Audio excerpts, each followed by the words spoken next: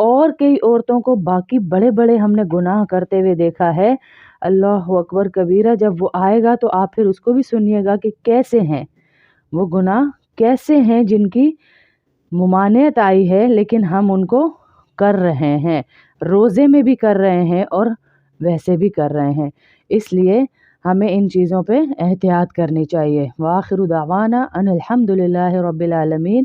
مزید انشاءاللہ مسائل لے کر ہم پہنچیں گے، اور ہماری اتنی اوقات نہیں ہم آپ کو بتا دیں کہ ہم اپنے سے کوئی مسائل بتا سکیں۔ یہ بہنوں کے سوالات لکھ کر مفتیان کرام سے پوچھ کر جوابات تیار کیے جاتے ہیں اور ان جوابات کو آپ تک پہنچایا جاتا ہے۔ اللہ پاک آپ کی زندگی میں برکت دے، آپ کے رمضان کو ایسا بنائے کہ اللہ رب العزت ہم سے راضی ہو جائے اور ہمیں ایک ایک روزہ رکھنے کی ایسے توفیق دے کہ اللہ رب العزت کی شان ہمیں نظر آ جائے۔ وآخر دعوانا ان الحمد للہ رب العالمین۔ السلام علیکم ورحمۃ اللہ وبرکاتہ۔